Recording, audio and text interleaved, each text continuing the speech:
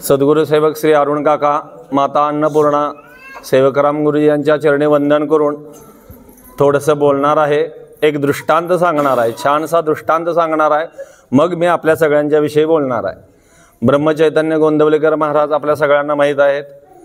अखंड रामनाम हे त्यांचं ब्रीद वाक्य आहे. जसं आपल्या काकांचं गुरुदेवांचं आहे ओम श्रीराम जय राम जय जय राम, तसं गोंदवलेकर महाराजांचं सुद्धा श्रीराम जय राम जय जय राम असे एक ब्रीद वाक्य आहे.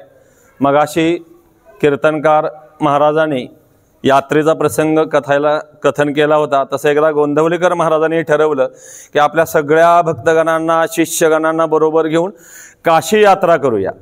ह्या यात्रेत एक सांगणार आहे की विश्वास काय असतो, आपल्या गुरूंच्यावर विश्वास काय असतो आणि आपला गुरु आपल्या सेवकाच्या आपल्या शिष्याच्या किती पाठीशी उभा असतो हे या कथेतून तुम्हाला कळणार आहे. ह्या कथेतून आपण बोध घ्यायचा आहे, आपण हा बोध घ्यायचा आहे की आपले गुरुदेव आपल्या पाठीशी किती उभे आहेत हे प्रत्येकानं बोध आपल्या मनाला विचारायचं आहे. तर एकदा ब्रह्मचैतन्य गोंदवलेकर महाराज काशी यात्रेला निघाले. दर मजल मजल दर मजल मजल दर मजल दर मजल करत काशीच्या जवळ अलीकडे एक छोटंसं गाव होतं. त्या गावात मुक्काम करायची वेळ आली.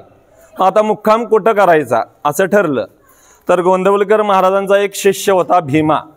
हा भीमा नावाप्रमाणेच होता अर्धांड, ज्याला काही कळत नव्हतं, कुणाचाही ऐकत नव्हता. फक्त तो ऐकायचा फक्त महाराज आणि महाराज. मग जसं सेवकराम गुरुजींचं काही ऐकतात बाकी कुणाचं ऐकत नाहीत, तसं तो भीमा फक्त महाराजांचं ऐकायचा, बाकी कुणाचं काही ऐकायचं नाही. मग त्याला सांगितलं, भीमा आपल्या सगळ्यांची राहायची सोय आज तू बघायची आहेस. महाराज बघतो म्हणला, तुमचा शब्द प्रमाण. मग तिथं त्या गावात एक वाडा होता, मोकळा वाडा होता. त्या वाड्याला भाडं काही नव्हतं, फ्री वाडा, मोफत फ्री वाडा. का तर तो भूताचा वाडा म्हणून प्रसिद्ध, त्यामुळं फ्री, फुकट. मग त्या भीमाला सांगितलं हा भूताचा वाडा आहे, चालतंय म्हणला. महाराज आहे तिथं भूत काय करणार आहे म्हणला. जिथं महाराज पाठीशी आहे तिथं भूत काही करू शकत नाही म्हणला या जगात, ह्या वाड्यातच राहायचं. पण म्हणला आपण राहून बघूया खरोखर या वाड्यात भूत आहे का, नाहीतर उगाच भीती घालायची आपल्याला. मग तो म्हणला, मग त्यानं ठीक आहे म्हणला, आपण महाराजांच्या कानावर घालायला हवं.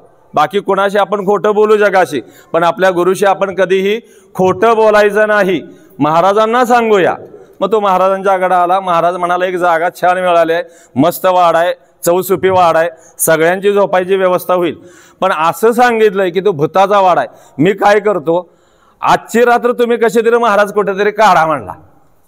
कारण त्या वाड्यात म्हणला मी राहून बघतो भूत आहे का नाही. ते भूत नसलं तर उगाच भीती, असलं तर सगळ्यांना त्रास.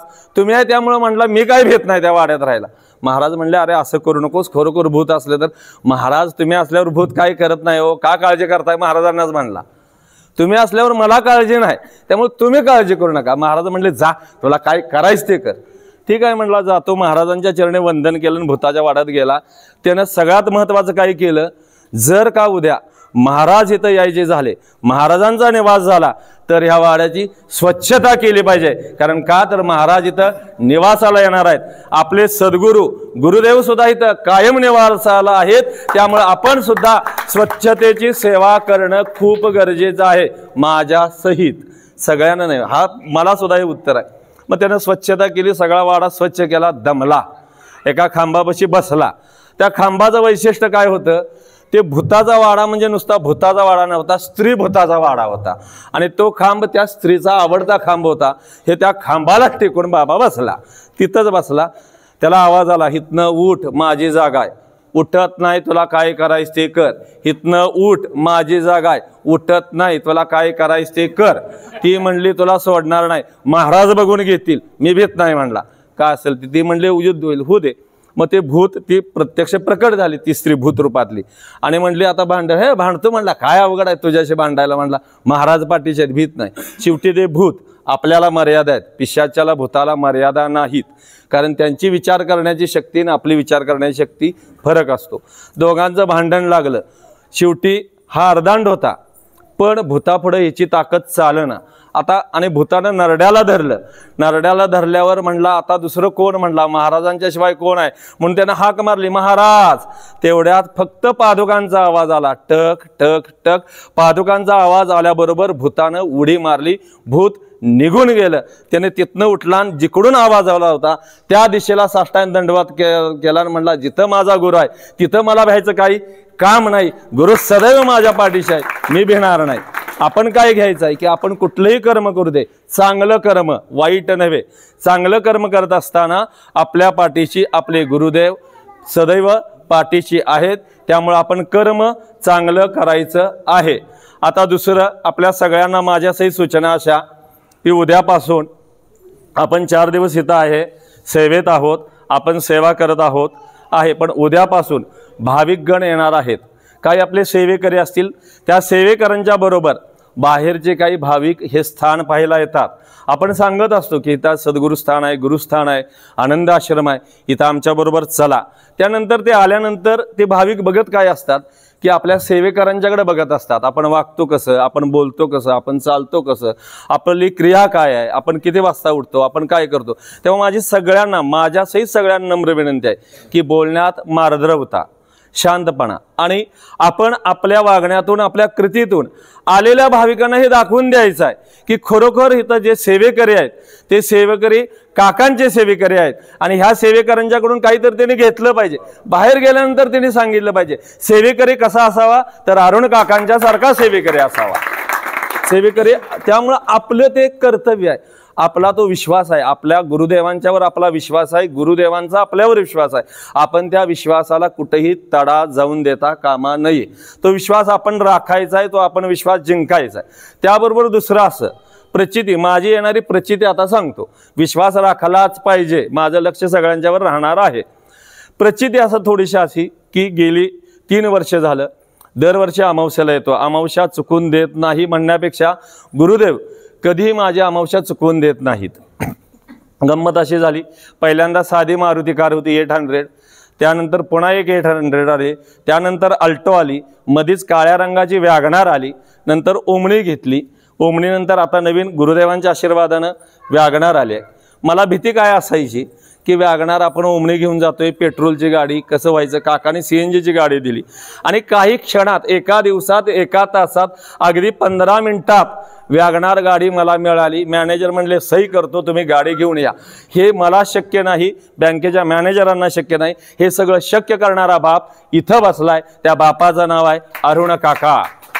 त्यामुळे माझी एक विनंती आहे, जी काही सेवा कराल, जे काही कराल ते नम्रतेनं करा, गुरुदेवांच्या चरणी समर्पण होऊन करा. 11 तारखेला शक्य असेल तर 1 रुपया, त्याहून जास्ती शक्य असेल तर 11 रुपये, त्याहून जास्ती जितकं आपल्याला शक्य असेल तेवढं आपण समर्पण करा. हे समर्पण करण्यामागचा एक उद्देश सांगतो. पौरोहित्य माझा व्यवसाय असल्यामुळे त्या पाठीमागचा एक सांगतो की ज्यावेळी आपण एकाकडे काम करतो, कंपनीत असू दे, कुठेही काम असू दे, तो ज्यावेळी आपल्याला पैसे देतो, ते मानधन देतो, तर मानधन देताना तो तिची नकारात्मकता आपल्याकडे देत असतो आणि ती नकारात्मकता आपल्या वास्तूत येते. ती वास्तूत नकारात्मकता आल्यानंतर विनाकारण भांडण होतं, विनाकारण गरज नसताना भांडण होतं. आपल्याला खरंच कळत नाही अरे काय भांडण व्हायचं कारण काय. कारण हे काय असते की जो पैसा येतो, तो येणारा पैसा किंवा जे काही धन आहे ते धन नकारात्मकता आपल्याकडे घेऊन आलेलं असतं. बरं, आपला भाव तेवढे आहे का, आपली शुद्धता तेवढी आहे की, आपली सकारात्मकता तेवढी आहे का की ती नकारात्मकता आपण घालवू शकतो. तर ती नकारात्मकता घालवण्यासाठी, आपली सकारात्मकता वाढवण्यासाठी येणाऱ्या धनातला 100 मिळाले, 10 गुरुदेवांचं समर्पण नाव घेऊन 10 रुपये बाजूला ठेवा. तुम्हाला मी हा विश्वास देतो की ते 10 बाजूला काढून ठेवल्यावर तुमच्या 100त 1000 रुपये वाढतील. त्या 10 बाजूला काढून ठेवा, 1000 वाढतील. जेवढी सेवा अमावस्येला करता येणं शक्य आहे, मी असं म्हणत नाही की मी येतोय म्हणून तुम्ही या, पण प्रयत्न तरी करा, प्रयत्न तरी करा. अमावस्येला येण्याचा प्रयत्न करा, प्रयत्न करूया. प्रयत्न केल्यानंतर कर्म होऊन जातं. माझी विनंती आहे की आपण प्रयत्न करू, येऊया. पौर्णिमा अमावस्याने 11 तारीख डोक्यात ठेवा, अनुभव म्हणून घ्या. समर्पण एकदा अनुभव. 1 रुपया सुरुवातीला द्या, 10 रुपये मिळतील, 10 मिळाले 10 द्या, 100 मिळतील, 100 मिळाले 100 द्या, 100 दिल्यावर 1000 मिळतील. हळू आपण वाढवत जाऊया. वाढता वाढता वाढे भेदिले शून्य मंडळा. मारुद्रया हनुमंत जर का त्या आकाशाला भेदत असेल तर आपला राम, अरुण काका नावाचा राम आपला बसलाय. आपण त्याचं निदान मारुती तरी व्हायचा प्रयत्न करूया, प्रयत्न तरी करूया, छोटासा प्रयत्न करूया. सेवा करूया, समर्पण करूया. अमावस्येला येऊया, पौर्णिमेला येऊया. 11 तारखेला जितकं जास्तीत जास्त समर्पण जमेल तेवढं आपण समर्पण करूया. समर्पण करणं खूप गरजेचं आहे. गुरुबंधूंनो, माझी नम्र विनंती आहे, हे 2 दिवस, उद्याचा दिवस आणि परवा दिवशीचा दिवस, आपण नम्र व्हायचं आहे. आपल्या आवाज नम्रता पाहिजे, आपल्या सेवेत सेवाभाव पाहिजे. आपण कोणाला दाखवून द्यायचं नाही की बाबू काका गरम पाणी करतोय. बाबू काका कोण गरम पाणी करणार आहे? घरात 8 वाजल्याशिवाय उठत नाही, तर 4 वाजता जाग येते, ही त्या काकांची लीला आहे. त्यामुळे आपण जे काय करताय ते सद्गुरू आपल्याकडून करवून घेतात. हा भाव मनात ठेवून येणाऱ्या भाविकांना हे आपल्या कृतीतून दाखवून देऊया की खरोखर इथं गुरुदेव आहेत, गुरुदेव वास्तवात आहेत, गुरुदेवांची कृपा आहे. आपल्या जवळ आल्यानंतर आपल्यापाशी त्याला सद्गुरूंचा सुगंध जाणवला पाहिजे आणि तो सुगंध मगाशी महाराजांनी सांगितल्याप्रमाणे आपल्या भावातनं उत्पन्न होईल. त्यामुळे आपण 48 तास फक्त सद्गुरू सेवक श्री अरुण काका एवढाच भाव जपूया आणि आलेल्या भाविक गणांना आपल्या भक्तीतून आपल्या आश्रमाचं नाव जगविख्यात करायचा आपण प्रयत्न करूया. जय गुरुदेव, जय गुरुदेव, जय गुरुदेव.